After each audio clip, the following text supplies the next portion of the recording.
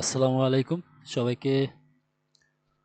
আজকে আমি একটা আবেদনপত্র কিভাবে লিখতে হয় সেটা আপনাদের আমি দেখিয়ে দেব।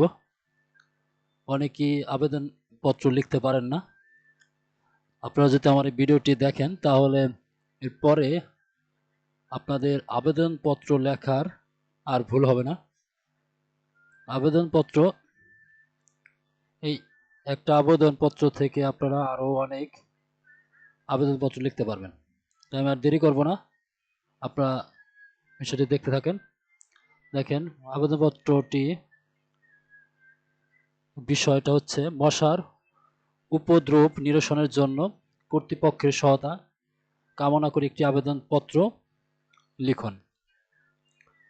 প্রথমে আপনারা আপনাদের আবেদনপত্র অর্থাৎ আপনাদের পেজ অথবা খাতায় উপরে সবার উপর আপনারা তারিখ দেবেন। দেখেন, আমি এখানে আজকে তারিখ দিয়েছি। আমি যেহেতু আজকে 7 তারিখ, সেহেতু আমি আজকে 7/7 এবং 2024 এই তারিখটা দিয়েছি। আপনারা আপনাদের যে তারিখে লিখবেন আপনারা সেই তারিখ দেবেন। এরপরে তারিখ দেওয়ার পরে আপনারা তার নিচেই লিখবেন বরাবর। এরপরে লিখবেন আপনারা বরাবর লিখবেন।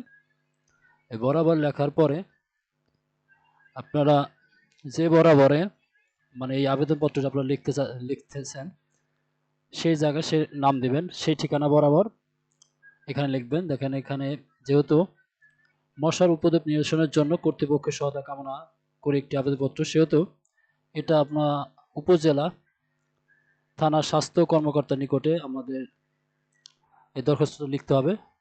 সেহেতু এই জায়গায় আপনারা লিখবেন থানা স্বাস্থ্য কর্মকর্তা, থানা স্বাস্থ্য কর্মকর্তা। এরপর আপনার ঠিকানা দিবেন।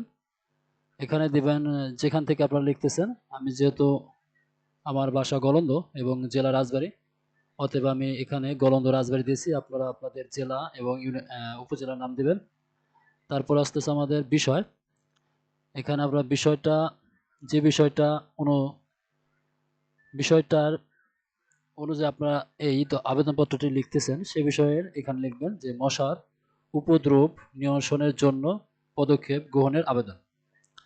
এরপরে আপনারা লিখবেন জনাব, তারপরে বিনীত নিবেদন, এই যে আমাদের রাজবাড়ী জেলার গলন্দ থানায় মশার উপদ্রব বৃদ্ধিতে কার্যকর পদক্ষেপ গ্রহণ অত্যন্ত জরুরি হয়ে পড়েছে। এটি একটি জনবহুল এলাকা। রাস্তার মোড়ে জরাজীর্ণ ভবনে ডোবায় মশা ক্রমাগত বংশবিস্তার করেছে।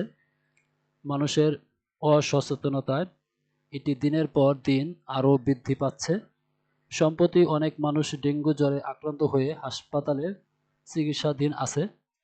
অনেক ভবনেই পানি জমে থাকার কারণে মশার বংশ বিস্তার খুব সহজেই হচ্ছে। দিনের বেলাতেও স্কুল কলেজে মশার উপদ্রবে শিক্ষার্থীরা ক্লাস করতে পারছে না। এতম অবস্থায় মশার উপদ্রব নিয়ন্ত্রণে কার্যকর পদক্ষেপ গ্রহণ করা জরুরি হয়ে পড়েছে। অতএব এই প্রেক্ষাপটে কার্যকর পদক্ষেপ নিতে কর্তৃপক্ষের সুদৃষ্টি কামনা করছি। নিচে লিখবেন বিনীত নিবেদক। এবং যে বিষয়টা যেহেতু এটা এলাকাবাসীর পক্ষে, অতএব এখানে আপনারা এলাকাবাসীর পক্ষে লিখবেন। এবং আমি এখানে ক দিয়ে লিখেছি, আপনার এলাকাবাসীর পক্ষে নাম দিবেন।